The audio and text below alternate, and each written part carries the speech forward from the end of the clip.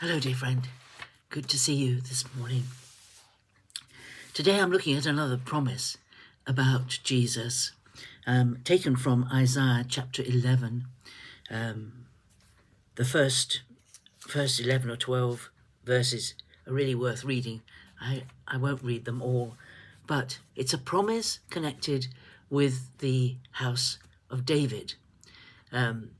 You will remember who David was. David was a shepherd, wrote a lot of the Psalms, and he defeated Goliath, and he was anointed king by Samuel when Saul had failed in his leadership and in his following of the Lord.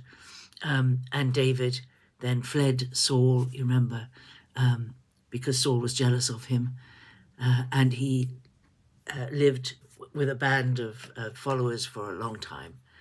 And then when Saul died, he became king, ruling for the first 7 years in Hebron, and then moving to conquer Jerusalem, which became known as his city because it hadn't been conquered before, and it became the city of David.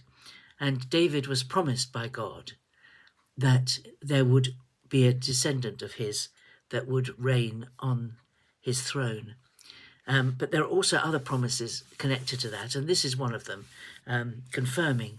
There's one in Psalms, when David writes a psalm where he talks about his Lord being one of his descendants, and in the New Testament, the scholars question Jesus about that, and Jesus was frequently, you may remember, called Son of David by many people. So it was a well-known expectation among the people that Jesus, that the Messiah, would be born of the line of David. But here is the promise. It's in Isaiah 11. It says, "There shall come forth a shoot from the stump of Jesse, and a branch shall grow out of his roots.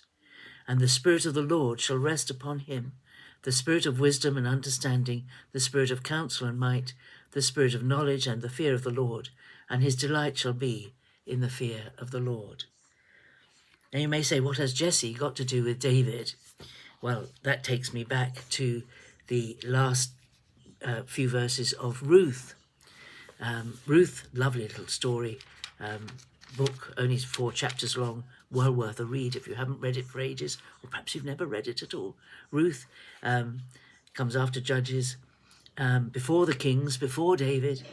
Ruth was a Moabite, and she had married a Jew who, with his parents and his brother, had gone to Moab a bit because of famine in the land, and her husband had died, and her father-in-law had died, and her brother-in-law had died, and she came with Naomi, her mother-in-law, back to Israel, and she meets Boaz, and Boaz takes her as his wife, and it's a lovely romantic story. It's full of traditional activities, but anyway, here at the end it says that Boaz took Ruth and she became his wife. That's Ruth 4:13, and he went into her, and the Lord gave her conception, and she bore a son. And then in verse 17, and the women of the neighborhood gave him a name, saying, "A son has been born to Naomi." Well, Naomi was her mother-in-law, but she was thought of Ruth. Anyway, that's a bit complicated. But anyway, Ruth had born a son, and Naomi was his grandmother, and they named him Obed. He was the father of Jesse, the father of David. So Jesse is the father of David. And so when it says in Isaiah 11, "There shall come forth a shoot from the stump of Jesse," so from Jesse comes David, from David right down the generations comes Jesus. And the picture here is of a tree that has been cut off, and there's just a stump left, a big tree, and the stump is left.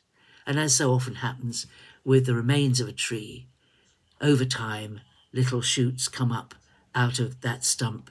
And there's that picture here. And what it's talking about is that the nation of Israel, and perhaps even the family of Jesse has been badly hindered. It's been cut off due to the disobedience of the people and the exile that was coming and the punishment that was coming for the things that they'd done. But out of that stump of Jesse, that the root of Jesse, out of that root and stump comes a shoot, and a branch shall come out. That branch, and that is Jesus. The Spirit of the Lord shall rest upon him. The promise there that out of Jesse would come this branch. And then it says in verse 10 of Isaiah 11, in that day the root of Jesse shall stand as an ensign to the peoples. Him shall the nations seek, and his dwellings shall be glorious.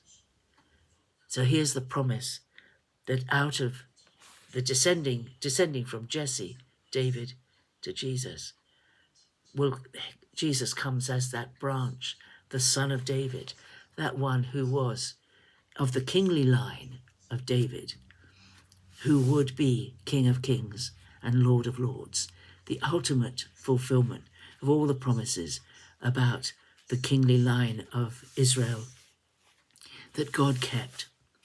And it's quite miraculous as you go through the Old Testament to see how hard it was for God to maintain that line for the son of David to be born.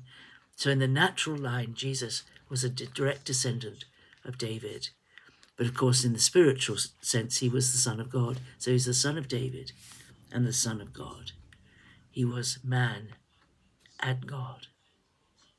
And the promises, there are so many promises in the Old Testament. The promises are true and are fulfilled. But this passage also includes, in verse 6, the wolf shall dwell with the lamb, and the leopard shall lie down with the kid, and the calf and the lion and the fatling together, and a little child shall lead them. The cow and the bear shall feed, their young shall lie down together. And it goes on, then they shall not hurt or destroy in all my holy mountain, for the earth will be full of the knowledge of the Lord as the waters cover the sea. Now that part of this prophecy has not happened yet. I mean, there are occasions when animals that would normally kill each other live together.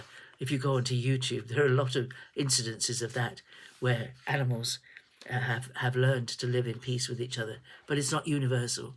But there will be a day when Jesus comes back again, when the earth will be filled with the knowledge of the Lord, as the Lord reigns over the earth when he comes back.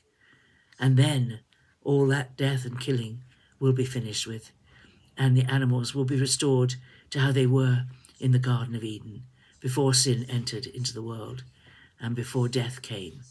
So these promises are wonderful. God keeps his promises. God kept his promise that out of Jesse, out of the stump of Jesse, would come a branch, and he will keep his promise that there will come the day when the earth will be filled with the knowledge of the Lord as the waters cover the sea. That's a strange phrase, isn't it? The waters cover the sea. Surely the sea is water. Anyway, so just as you look at the sea, the knowledge of the Lord will be everywhere. Wouldn't that be wonderful? What a day. Oh, we look forward to that day, Lord. Even so, come, Lord Jesus. See you tomorrow.